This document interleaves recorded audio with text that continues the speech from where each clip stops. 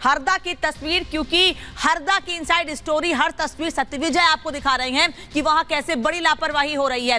एक जगह पर हादसा हुआ है जिसमें कई लोगों की जानें गई हैं, लेकिन अंदर की तस्वीर यह है कि वहां पर अभी भी कई ऐसी फैक्ट्रियां चल रही हैं जो हादसे को दावत दे सकती हैं। देखिए पूरी स्टोरी सत्यविजय की।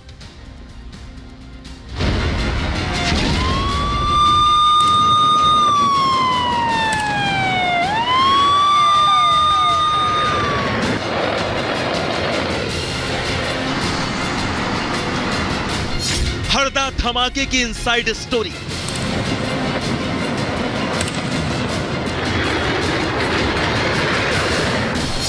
बारूद के ढेर पर बसा है हरदा।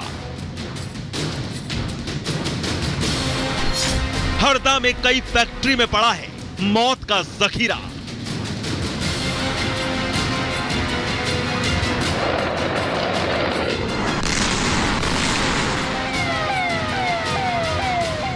मध्य प्रदेश के हरदा में 6 फरवरी की सुबह 11 बजे जो हुआ, उससे हरदा पूरी तरह दहल उठा।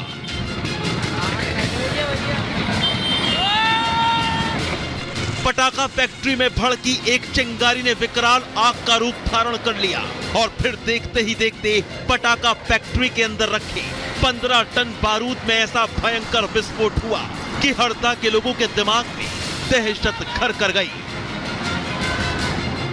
कई किलोमीटर तक मौत के धमाके की आवाजें सुनाई दी।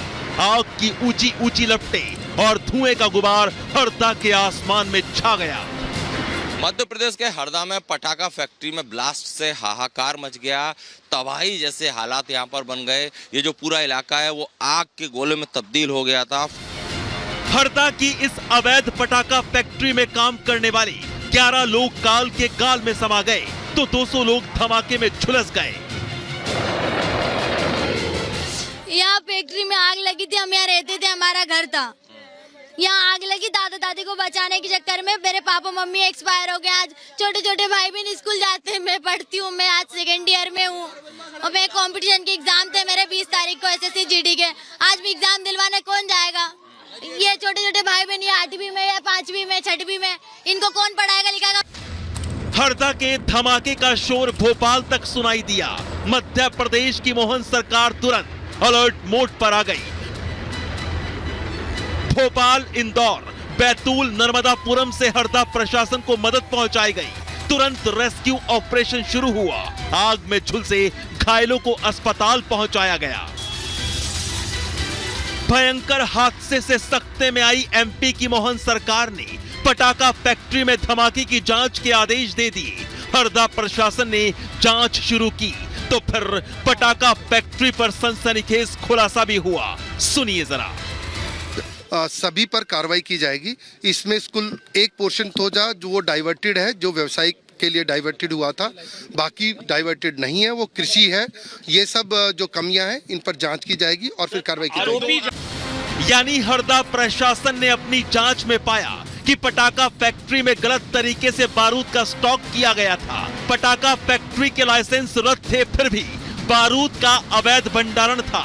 पुलिस ने आरोपी पटाखा फैक्ट्री मालिकों को गिरफ्तार जरूर कर लिया है, लेकिन हरदा के लोगों में गुस्सा है।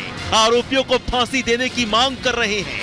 हरदा के लोग बता रहे हैं कि पटाखा फैक्ट्री मालिक अग्रवाल बंधुओं की कई बार शिकायत की, कोई कार्रवाई नहीं हुई, बल्कि पटाखा फैक्ट्री मालिक अग्रवाल बंधु डराते और धमकाते थे। ये मजदूर बना रहे थे। अच्छा। कल हादसा पर बम बेड़ागढ़ में विस्फोट हुआ, पूरा मजदूर खाली किया गया इसमें। भाग गए सर, ये बनते में भागे ये। अच्छा, तो इसकी शिकायत की आपने? शिकायत नहीं, बम विस्फोट हुआ तो ऑटोमेटिक भागे वो तो। अच्छा, हम वहाँ देखने यहाँ पे 1000 मजदूर। 1000 मजदूर। और शिकायत?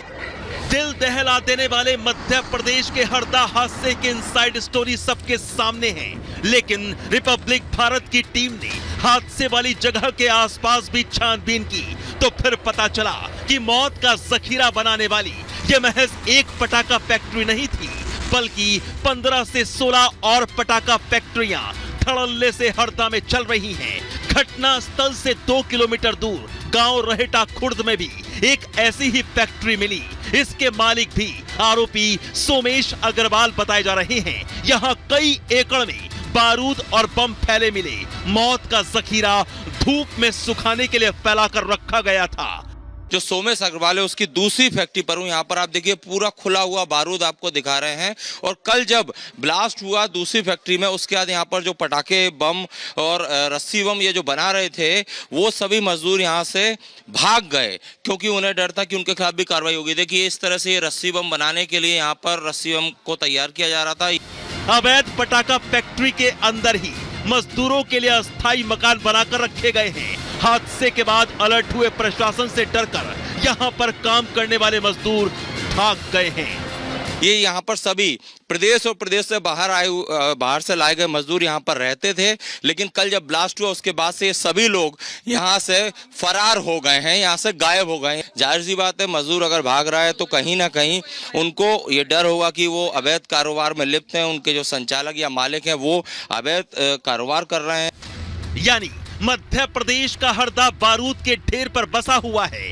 गांव वाले यहां डरे हुए हैं। अवैध पटाखा फैक्ट्रियां हरदा में जगह जगह फैली हुई हैं। जिस तरह से यहां कई एकड़ में ये बारूद बिखरा पड़ा है, अगर फिर कोई हादसा हुआ तो कितनी बड़ी अनहोनी सामने आएगी, इसका अंदाजा लगा पाना मुश्किल है। हरदा प्रशासन को जल्द से जल्द इस बारूद के ढेर को हटाना होगा और चल रही बाकी अवैध पटाखा फैक्ट्रियों पर भी कार्रवाई करनी होगी ताकि फिर हरदा में कोई हादसा ना हो और फिर मौत की चित्कार ना सुनाई दे। Bureau report, Republic Bharat. और दिल्ली की राउज एवेन्यू कोर्ट ने साफ कह दिया है कि हाजिर हो केजरीवाल। क्यों? क्योंकि ईडी ने कई समन भेजे लेकिन केजरीवाल ने कोई जवाब नहीं दिया, वो पेश होने के लिए नहीं गए। इसीलिए अब कोर्ट ने साफ कह दिया है कि केजरीवाल को 17 फरवरी को ईडी के सामने पेश होना होगा।